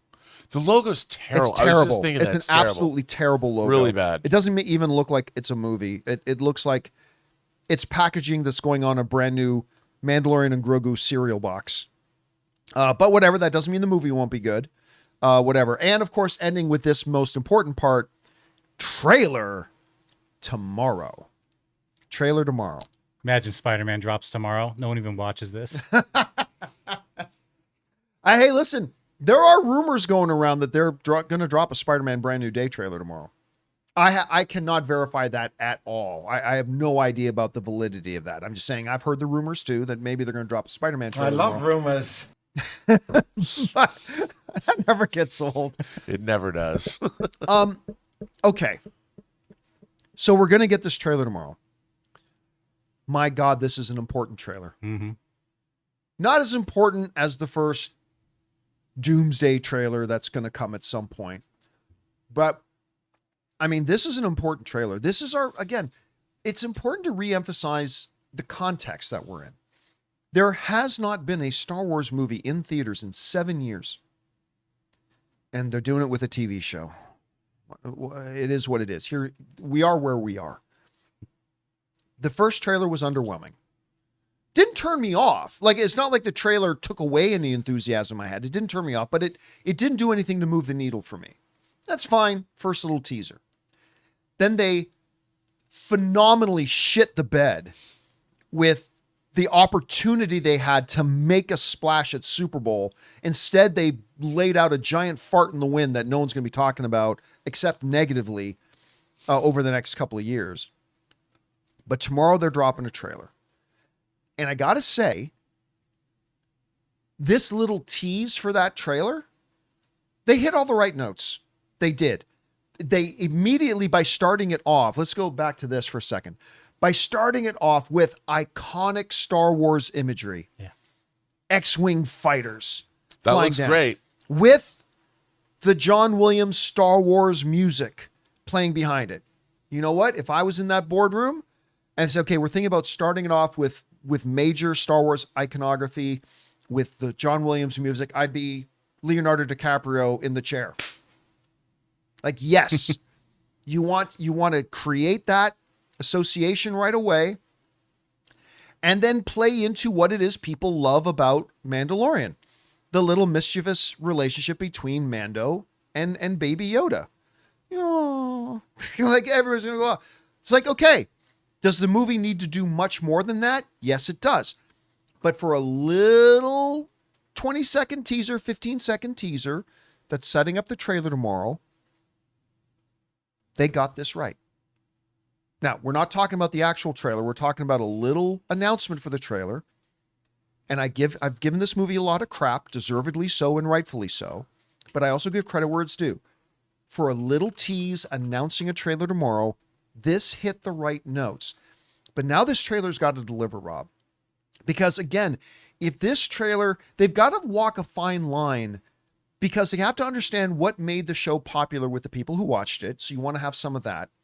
But you can't just make this feel like another episode of the damn TV show. You got to make this thing feel special. You have to make it feel like a major motion picture that you're going to go out to the theaters and watch. And the importance of tomorrow's trailer for the future of this film, because I don't have high hopes for the future of this film. I don't think it's going to do all that great. But a lot of that can be changed in the narrative tomorrow with this trailer. Right now, all we have is this teaser. Rob, and I'm going to give credit where it's due. I think they hit the right notes with the teaser. You saw it. What did you think about the teaser, and how much do you think is actually riding on this trailer tomorrow? Okay, I saw 4 movies on Thursday and Friday of last week, 2 double Low-key. features, and I saw the Grogu trailer in front of every one of those 4 movies, and I was ready to shoot myself in the head. I'm so tired. You gotta get your armor on. And the reason it bothers me, that first teaser, why are you showing? Why did you choose to make this movie? What about this story is compelling to me as a Star Wars fan, other than seeing the Mandalorian and Grogu again? So what I want from this trailer tomorrow, first of all, how important is it? It's extremely important, because I think a lot of people feel the way that I do. You need to give me a reason as a lifelong Star Wars fan to, beyond the fact that you're just serving up more Star Wars, I need to know, what is this story about? Why do I personally need to see this story? How are you going to convince me this is a compelling story that I can't already get with 3 seasons on the TV on Disney Plus, and one of those seasons is dubiously dubious quality. So that's what I'm expecting tomorrow. Is it important? Absolutely. I think the audience is completely apathetic toward this film. You need to provide a reason that the audience needs to go out and see this movie beyond the Star Wars name or Mandalorian and Grogu. Tell me you're going to tell me a good story. Am I going to get a good story? If you convince me of that, I'll go out and see it opening night. I want them to. I want to be convinced, but I'm not convinced now. Yeah, I don't. There's no. What story are you going to tell me that I haven't already seen done better in the TV show? And it doesn't do Mandalorian and Grogu any favors that, like, Dave Filoni, and I don't blame him, like, when asked, he was talking about the upcoming Starfighter movie, which I am far more excited about. And he literally said, they weren't talking about Mandalorian and Grogu, but in talking about Starfighter, he said, our main focus right now is Starfighter. Like, not even the one that's coming out now, which is Mandalorian and Grogu. And so that doesn't speak a lot to it. I see some people in the live chat, understandably so, say that they're going to make their money because they're going to sell the toys. Who's a fan of Baby Yoda that doesn't already have 20 Baby Yoda toys? You don't need this movie to sell more Baby Yoda. He hasn't even grown up. Yeah. Like, it's not even like this is a different Baby Yoda look. Right. They're not. And who's going to go see this movie that didn't already watch The Mandalorian? And I have a question. As much as I love the Razor Crest, it was destroyed. But somehow it is returned. And yeah, somehow it's returned. Now, if I were making a Mandalorian and Grogu movie, one of the first things that I would have said if I was tasked to direct it, we need a brand new kick-ass starship that's better than a Naboo starfighter and that's cooler than the Razor Crest. Because we've got to give... One of the things that the prequel or the sequel trilogies didn't do, it didn't give us we get X-Wings again. We get a Millennium Falcon again. Not that they weren't... They were already there. How do you miss out on the opportunity to, and maybe, by the way, they haven't shown us this new ship. Maybe we'll see one tomorrow. But, I mean, you don't get a human being's face with Mando. We know it's Pedro Pascal, but we know he's hardly ever in the mask anyway. There's a question. Do they show Pedro, because of his popularity, do they show Pedro Pascal's face in the trailer? I don't know. I don't know either. You're watching 2 inhuman characters in live action. I mean, in the sense, I know he's a real person underneath, but I like movies. I like my heroes to be human beings with human faces, and I think that's a big problem. And there's no new spaceship. How do you not give me a new Star Wars spaceship that I want to buy and hang from my ceiling? It could be people that love the Razor Crest, Rob, so we just got to give that back to them. It could be the Razor Crest scene was like a flashback. I don't think it is. They've already featured the Razor Crest in every little spot they've done. I don't think it's a flashback. I mean, the thing is, it was cool. It was cool seeing him in his unfinished N1 Starfighter, and I would like to have seen a new... What does Star Wars do best? When I was a kid, The Empire Strikes Back was coming out, and you got to see AT-ATs and AT-STs in the twin pod cloud car. I mean, AT-ATs are still badass, and we get more of them in this movie. Why don't we get something new? And And look, the I like effects the aren't good in Naboo that scene. Starfighter that he had, the modified Naboo. It was rad. I did too, but I understood that in the terms of the movies, he needs a ship that's more than just one seat. Like, he needs a ship that he can have cargo and move around in. Bringing back the Razor Crest. Okay, interesting decision. We'll see how that goes. Again, a lot riding on this trailer tomorrow. I'm looking forward to us talking about it. Question is for you guys. What did you think about this little tease? I think they hit the right notes. I really do. Give credit where it's due. And how important do you think this trailer is tomorrow? I think it's extremely important, not to the future of Star Wars, but at least for this one particular movie. Whatever you guys think about it, jump down to the comment section below and let us know your thoughts. All right. With that down, guys, it's time for us to move on to the most important part of our show, which is, of course, taking your live comments and questions. Just so you know, we have turned off the super chats, so you won't be able to send any more questions, but we do have a lot of them lined up for us to get to. But before we do, we were going to bid good afternoon to writer, director, producer Robert Meyer Burnett. Great job as always, my friend. We'll talk to you again tomorrow. I'll be back tomorrow. All right, guys, with that down, let's get on to your questions here, shall we? Jonathan, what we got up first? Okay, Carlos says, is Strange now corrupted by the Darkhold? Oh, I actually already answered that one in on open mic. Oh, okay. This week, yeah. Okay. One of two from Saud. Since D20... Oh, I don't think I answered the Yanni one, though. Okay, yeah. What advice do you have for people in their 20s? Make it to your 30s. Step one, make it to your 30s. I mean, that's a very broad question. Yeah. I think I would... Three main pieces of advice, what I would give somebody in their 20s. Number one, as much as you think you've already lived life, believe me when I tell you, you're still just at the start of it. Mm-hmm. Piece of advice number two, don't be lazy.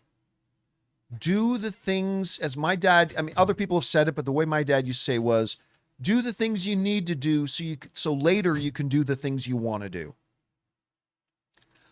Put in the work now. Make the sacrifices now. Do those things. Don't just try to do the things you want to do now. Do the things you need to do now so you can do the things you want to do later. The third piece of advice I would give is start investing now. Start investing now. Start being wise with your money now. Doesn't matter if it's $50 a month, $100 a month, $1,000 a month. Start putting money away into investments. Make it a goal to have $20,000 in the bank. And I'm serious about that because that changes everything. Yeah. I mean, get an emergency fund put together first with 3 to 6 months of living expenses, all that kind of stuff. And then get rid of your debt and start putting, like, all these things sound like things, because I know they did to me in my 20s. They sound like things that you can put off till later. And 100% of the time, you will always regret that you didn't start sooner. So those are the three main pieces of advice I'd give to people today. But again, you know, I am no life guru.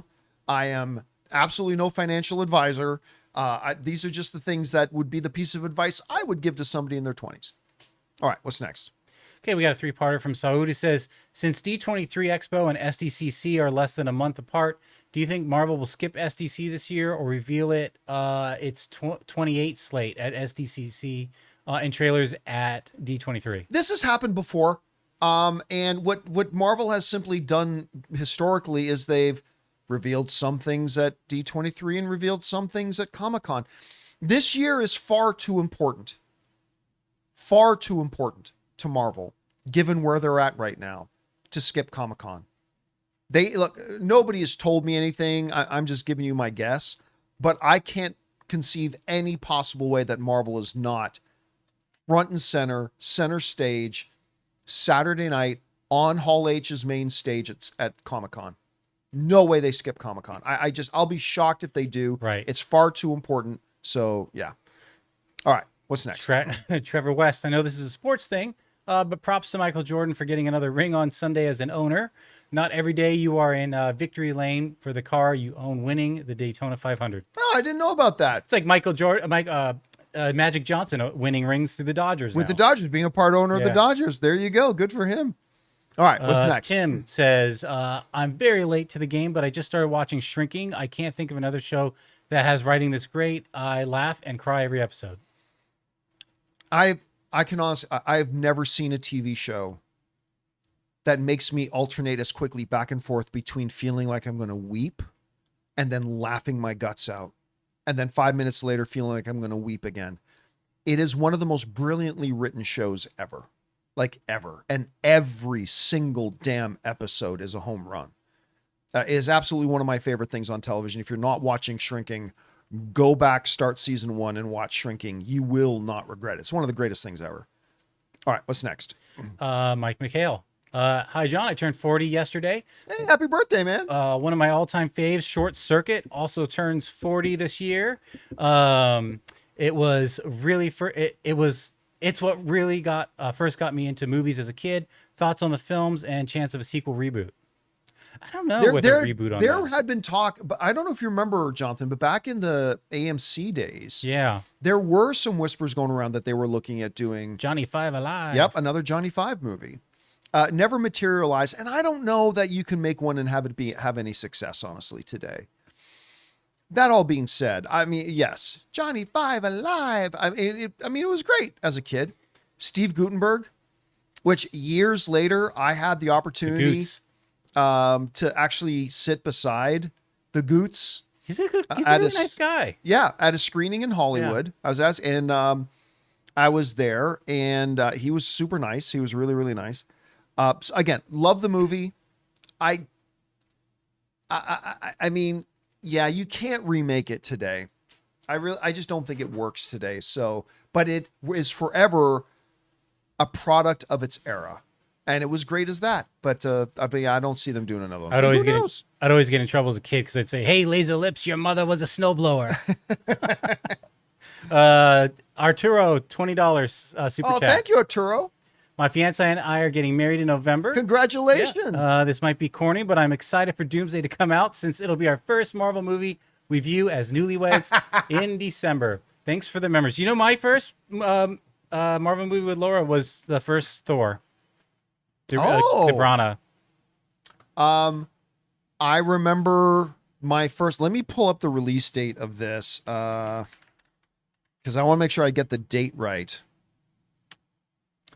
Yeah, my first movie the first Marvel movie I watched with Anne was Iron Man.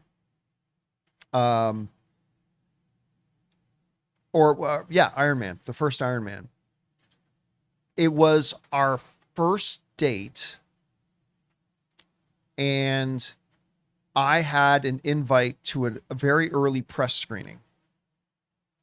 And Ann and I are out on our first date, and we're at this Italian restaurant in West Hollywood, right on Sunset Boulevard.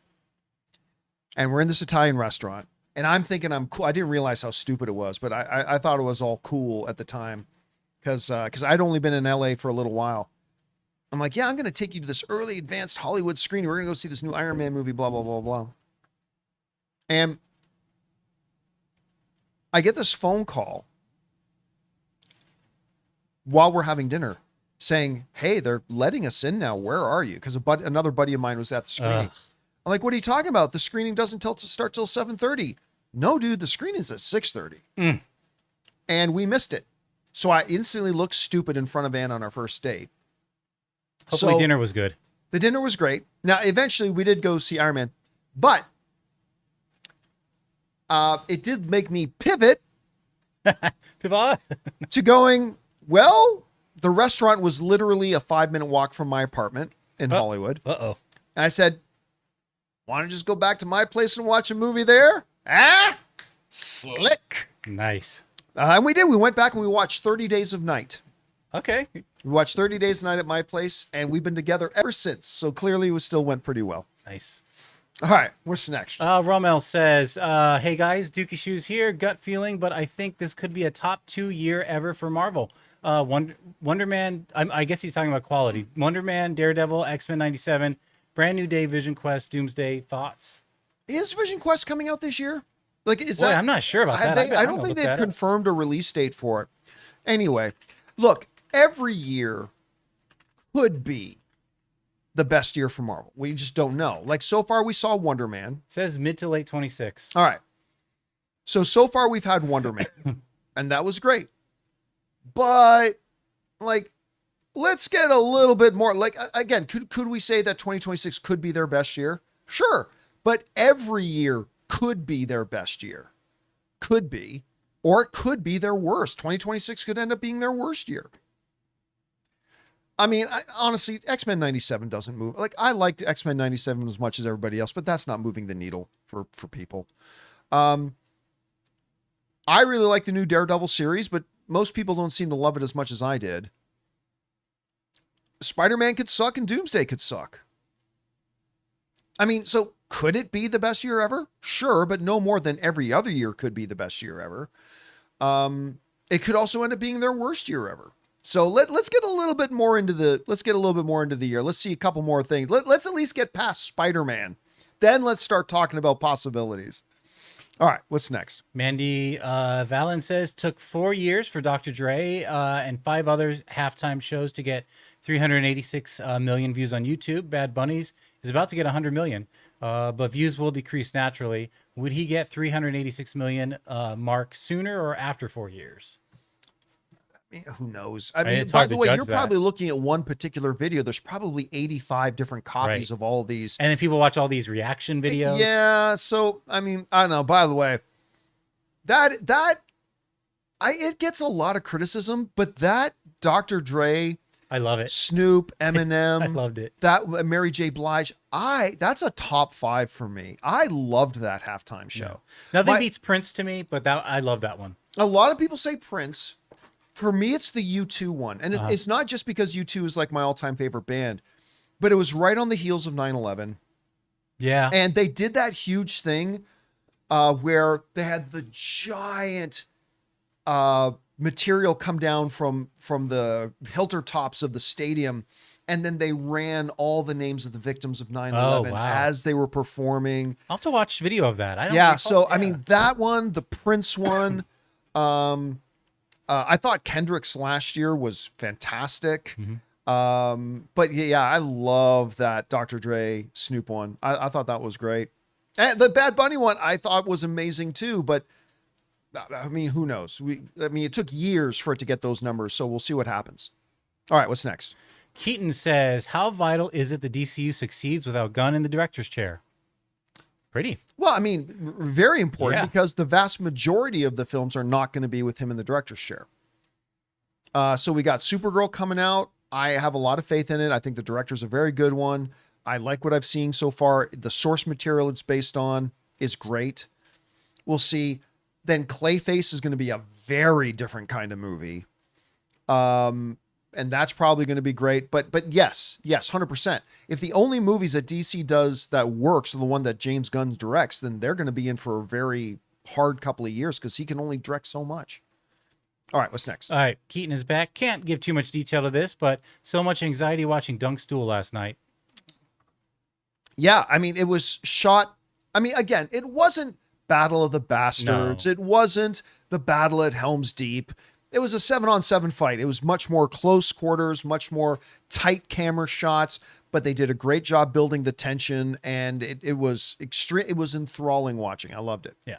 All right, what's next? Earthling Entertainment. I saw Good Luck, Have Fun, Don't Die. I loved it. However, the film didn't take its own advice because it died at the box office. Very good, though.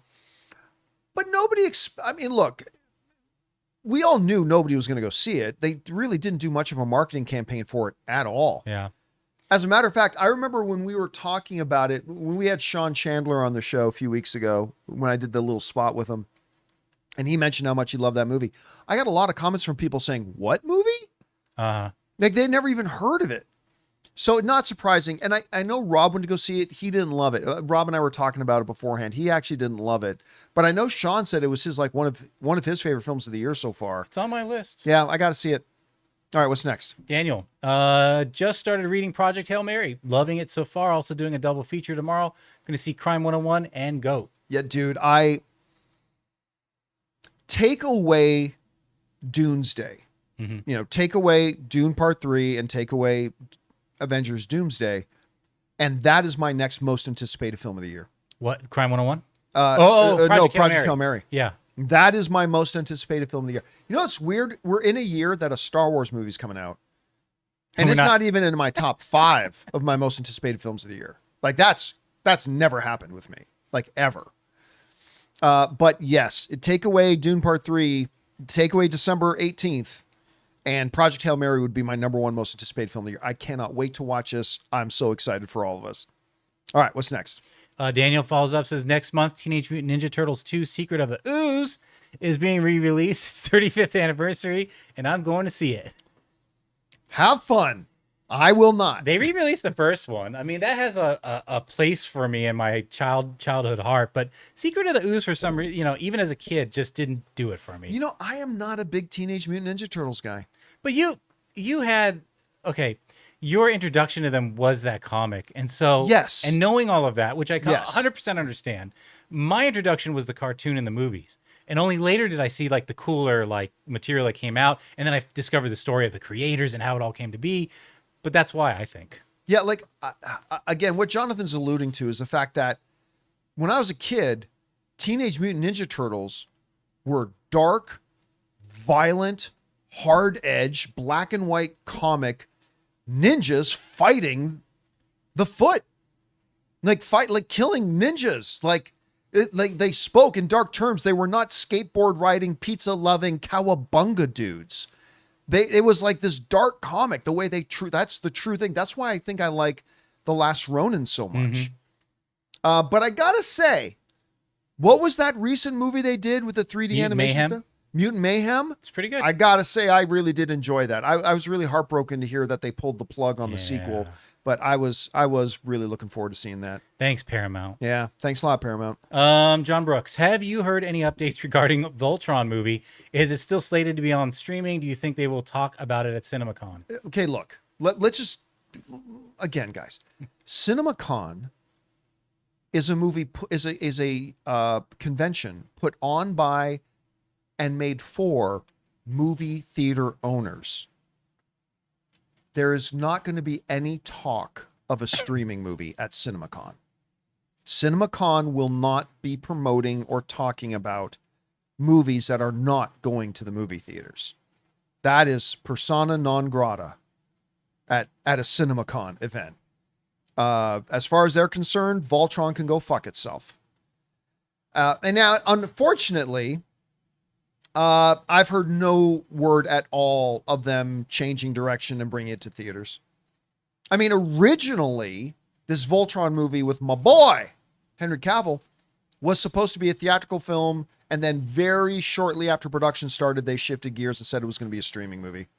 So, as far as I know, there's been no change of directions, and there is no chance in bloomin' hell that they are going to give it any oxygen at CinemaCon, which is a convention of movie theater going, not about TV or streaming. All right, what's next? Mr. I, just sitting here enjoying my 47th birthday with y'all. Oh, happy birthday, man. Hoping I'm healed up enough for whenever you decide to make your trek to Ohio. Bring on the filth. Yeah, we're getting close to March. So we're starting, Ann and I just had a conversation about this the other night, actually. We're starting to think about when to start up the movie meetups again. Because again, we don't want to be, for two reasons, we don't want to do it in the winter months. Number one, we don't want to drive, across country in winter conditions. Right. But number two, our movie meetups are outside of the movie theater. So we don't want people standing around outside for 2 hours shivering in the cold. But we're getting close to March, so we'll probably start back up in April. And Ohio will definitely be one of our stops. We just haven't decided which city in Ohio. We're only going to do one city in Ohio.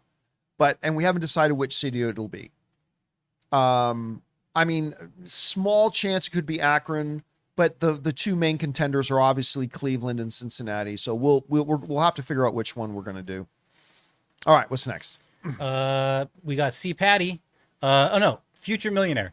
Our show's having the sophomore slump with their second seasons. I couldn't get into House of the Dragon, Fallout, The Last of Us, Gen V second seasons. I love Fallout Season 2. I had still not started watching Fallout Season 2 yet. But I think this week I'm going to finally start because I love Season 1. Mm-hmm. I have to disagree with, I mean, look, it's all subjective. Your opinion is no less valid than mine. I'm just going to say that I completely disagree with you. I really like Gen V Season 2. I loved House of the Dragon Season 2. What was the other one? Oh yeah, and Last of Us Season 2 I thought was not quite as good as Last of Us Season 1, but I still loved it. Yeah. So for me, I can't speak to Fallout Season 2 because I haven't seen it yet, but like all the rest of them, I've loved all of them. That's just me though. All right, what's next? C. Patty says, when the MCU resets, I would love to see them focus on the X-Men while teasing characters like Iron Man, Cap, as they did Batman, Shadow, in DCU. I don't know. Look, I bottom line is I don't care. I just want them to make good movies. I would rather have a great movie with Butthole Man than a mediocre movie of Wolverine. Not that I'm saying a Wolverine movie would be mediocre, nor that a Butthole Man movie would be Oscar contending, but you get my point. Like, I really don't care. I don't care which characters they focus on or don't. I just want to see good movies. Yeah, I just want to see good movies. Clearly, we're going to get a lot of X-Men. We're going to get a lot of that. But, I mean, if they don't make the movies great, then what's the point? So that's really all that matters to me. All right, what's next? Screen Speak says, I saw Good Luck, Have Fun, Don't Die this weekend. I loved it, and it's my favorite movie of the year so far. Yeah, again, I've heard that a lot. That's why I was a little bit surprised that Rob was less than enthusiastic about it. He didn't seem to love it. But I still want to see it because I thought it looked great. All right, what's next? Luis says he lost his cousin a couple days ago. Oh, I'm so sorry to hear that, man. He was such a cinephile, and your passion reminds me a lot of him. Your show does a lot more for people than you realize. I appreciate you. Oh, thank you, man. Yeah. I appreciate that. Again, you know, you guys hear me say it all the time. I'm always, for the rest of my career, I'll always remind us of this. One of the great things about movies and the magic of movies is that it not only binds us and ties us together, because movies are shared experiential events. I mean, it's always best to watch them with other people, and those become anchor events for us. But it's also a way to, I always call it the great oasis. You know, watching a movie doesn't make our problems go away, but what it does is it just gives us a reprieve. It gives us a time to refresh, renew. And when we come out of a movie, our problems are still there, but we're in a different place. And that's one of the reasons I love the movie so much, and why it's been so important to me in my life. And I know very important to a lot of you guys in your lives too. So again, deepest sympathies about the loss of your family member. And I'm glad the world of movies can be there for you in that. All right, what's next? Caden says, hey guys, does anyone know what happened to the Lego Marvel games, and which was your favorite Marvel game? I always like the Marvel Avengers game, the Avengers Lego game. I've never played a single Marvel's Lego game. Their Harry Potter games were really fun too. That's the only Lego video game I've ever played, was a Harry Potter one. I've never even played any of the Star Wars ones. But I keep hearing from people that the Lego games are really fun, but Yeah. I've never tried any of them. Disney Gifts by Bryce. Have you ever had a movie make you do anything crazy? I saw Dante's Peak when I was 8. There's a scene that a couple got boiled while taking a shower. It scared me so bad I didn't shower for a week. Well, I mean, that's something it stopped you from doing. But like, is there ever been a movie that made me do something crazy? I mean, I was already into breakdancing when Breakin' came out. But it made me definitely more bold. Me and my friends, I mean, we were young, but it made us more bold about bringing the cardboard boxes and going in front of the malls and the shopping centers and breakdancing and doing all that kind of stuff. I'd say much like yours, for me, it was watching Jaws 2 or 3 when I was a kid. And we used to go camping on a place in Ontario. There's a river called the Grand River. And we loved it, but I stopped going swimming in it because I saw Jaws. There's no sharks in rivers. That didn't matter to me. I was convinced that there was some monstrous human man-eating monster under the water, and it took me a while to get back into the water. Do you remember the cheap knockoff alligator from 1980? Oh, no, I don't. And what was the one called? Was it Crawl? That alligator? that came out much. Yeah. That just came out a couple of years ago. And this That was was like fun. Behemoth crocodile or alligator. And there's this one scene where these kids are playing around a pool and it's nighttime and they're like, I'm going to push you in the pool. And it's, of course it's in the pool. And as a kid, it's like, I freaked out if I was at a friend's house but I was little and they'd want to go in the pool. I was like freaked out. There was an alligator in there. Alton Wang in the live chat is saying The Ring made me not want to answer the telephone. Oh, a lot of things make me want to answer the telephone. All right, what's next? Vika says, very curious about Ryan Reynolds, Kenneth Branagh, Mayday, and D&D Honor Among Thieves game night directors under Apple Skydance. Can't wait for a trailer. Mayday. Yeah, that one kind of came out of nowhere for me. That Kenneth Branagh and Ryan Reynolds one came out of absolute nowhere. Again, it's a very welcome surprise for me because, you know, Ryan Reynolds is my favorite movie star. Kenneth Branagh is just one of my all-time favorite guys in the business. So to see something like that, I'm very excited. And it completely, I didn't even hear about it until they made that announcement. I had no idea that was even a thing. So I'm very excited about that. All right, what's next? Biggest says, who has the more important slate, Marvel or DC? Of course, Marvel has Doomsday, Secret Wars, but I think Supergirl, Lanterns, and Man of Tomorrow are critical seeds for DCU. Listen, no doubt that, you know, they need to follow up on Superman. Yeah. I mean, Superman was a hit in every conceivable way you can describe it. It went over great with the audience, 90% audience rating, went over great with the critics, made well over $600 million, like doing something I didn't think it could do, which was actually be profitable. But they got to show that wasn't a one-hit wonder. They got to be able to follow it up with now quality stuff. Supergirl, again, much like Superman, it doesn't need to make a ton of money, but it needs to continue to lay that foundation that DC is now quality, that you can trust when you go to see a DC movie, it's going to be really good. And then, of course, same thing with Lanterns, same thing with Clayface. But Marvel is really, they're still in their hit and miss thing. They need to show with their biggest of big hitters an Avengers movie. Nothing's bigger than that. You drop the ball with an Avengers movie, like let's say DC craps the bed with Clayface. Right. I mean, that's unfortunate and it's not good, but you know, it's a Clayface movie. That's not gonna destroy everything that they're doing. An Avengers movie though, a Spider-Man movie, yeah, I'm gonna say right now, it's probably even more. They're both important, but I'd say it's even more important for Marvel right now. All right, what's next?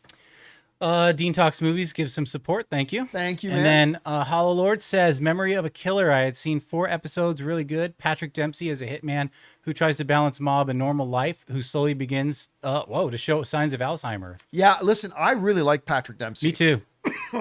Going all the way back to Can't Buy Me Love. Yeah. That's it for me too. That was my first real Patrick Dempsey thing. And this looked really good. It really did. I was disappointed when I found out it was a Fox show because I kind of thought it was a streaming show, which meant it could be more rated R and all that kind of stuff. Yeah, but whatever. The poster shows Hulu, so I thought it was streaming. It's still a really cool premise. I didn't know that the show had started yet, but this one's on my radar. I do want to see this one. All right, what's next? We got Vikas who says, Lud Feige's quote on Endgame being about endings and Secret Wars being about new beginnings. If Daredevil and Secret Wars is a home. Oh, Doomsday and Secret Wars. Sorry, so many different movies. If Daredevil and Secret Wars is a home run, people will remember this saga in better light. No, they won't. You're 100% wrong about that. They'll remember it ended really well. They'll remember those movies. They will not remember the saga being better. This will forever, the period between Endgame and now will forever be the hit and miss era of Marvel. It doesn't matter how good they ended off. How well they ended off will have a lot to say about how Marvel does moving forward, for sure. But it is not going to change perception of what has been their biggest era of struggle since they started. From Endgame to now, they've had a couple of big wins, absolutely, that I love, but they've never been as inconsistent as they have been from Endgame to today. And no matter how good Secret Wars does, and no matter how good Doomsday does, we'll just remember how good Doomsday and Secret Wars are. It is not going to change perception about how much of a struggle it has been for them. Their biggest era of struggle in their history. So no, that will not change perception. You know what? No matter how good Doomsday is, it's not going to make any of us go, maybe Ant-Man and the Wasp Quantumania wasn't that bad. No matter how good Secret Wars is, it's not going to make anybody go, you know what? Maybe we should give that Secret Invasion another shot. No. It's not going to change any of that. Yeah. It is what it is. History's written. Yeah. But it can change how they're positioned moving forward, but it ain't going to change the past. All right, what's next? All right. KJ Walker. These are our final two. Any tips for CinemaCon first time goer? God, listen, with all due respect to Comic-Con, which Ann and I still love very much, CinemaCon is it. You're in It's- Vegas. I mean, number one, you're in Vegas. Yeah, but just the event itself is so great. Go to the free snack food area. Oh yeah, go down to the convention, go to the exhibitors floor, because there's a lot of free goodies, a lot of free food, snacks, ice cream, sodas, candies. Woo! Loads of it.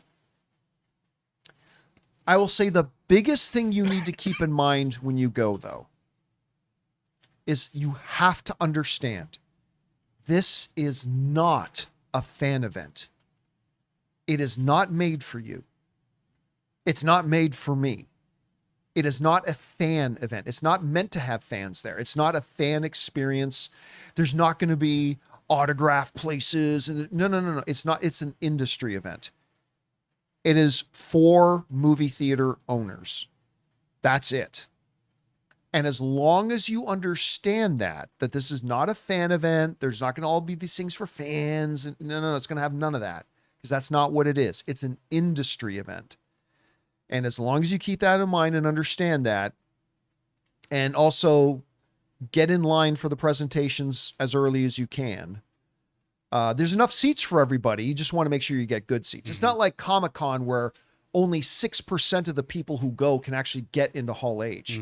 Everybody can get into the Caesar's Palace Celine Dion Theater. Everybody can get into it. It's massive. But you just want to make sure you get a pretty decent seat. Other than that, just prep yourself that this is not a fan event. It is not Comic-Con. And as long as you go in there understanding that, you should have a good time. All right, All final right, one. last question. Yep.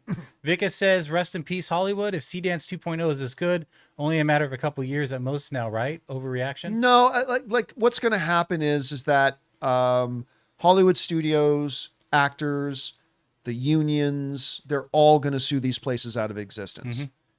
Again, it's not about stopping the advancements of technology. It's about establishing rules and guidelines for how you can and cannot use them. And you're going to see that the AI companies that do not follow strict rules about what can and cannot be generated, those ones are going to get sued out of existence. And then there's going to be legislation. And there's going to be laws, and like all these things are going to come. So yeah, no, just because something can do something doesn't mean they should do something. Right. And they're going to do something to really put their foot down on that. I mean, look, think of it this way. I wish Rob was here right now because he can speak to this. Think of it in terms of fan films, right? With the advancement of technology, like you go back to 1980, just me, some fucking loser, nobody sitting in his garage, having a camera that looks this good for under $50,000 would have been inconceivable. Like, oh, you have to have what was the name of the editing machines? A Moviola? Yeah, the Moviola. You have Well, the and Moviola. flatbeds later, yeah. Blah, blah. Like, we live in an era today where I use the same editing software that Hollywood producers use to edit their films. That I have far better video quality than a lot of people did before. Well, there it goes. Right? People are going to make their own Star Wars movies. Or in the case of Rob and his friends, they're going to make their own Star Trek stuff. Well, what happened? Paramount sent the legal team after Rob and his people, and people never got to see, what was it called again? Star Trek? Oh, gosh. I used to know Oh, it I'm forgetting the offhand. name. It was one word. I'm forgetting the name he had for it, but it never got to be seen. Some people still let little fun fan things get made, but don't think you're going to make, just because you have the cameras and the editing equipment and all that kind of stuff, that you're going to make your own Star Wars movie. Axanar. Thank you, Mike, in the live chat. Don't think for a second, just because you have the ability to make your own Star Wars movie, that you get to go and make a Star Wars movie. There are laws and rules and things in that place. So just because there's a tool that is now being developed that makes it so you could do something, doesn't mean you're actually ever going to be allowed to do that something. And they'll get that all worked out. I think even from a fan perspective, one, you're not going to be able to use familiar faces anymore. So now what you're going to be left with are unfamiliar faces that are just AI generated. There's no connection to the audience. And what you're doing is you're trading in these CGI performances from what you had actors with years and decades of acting experience and putting all of that weight of human experience into their performance. You're not going to get that in these. There will be audiences. There will be people who flock to these things and want to see them online. But it is not this. You can have two things can be this true at the same time. They will not go away from human acted movies. Here's the other thing.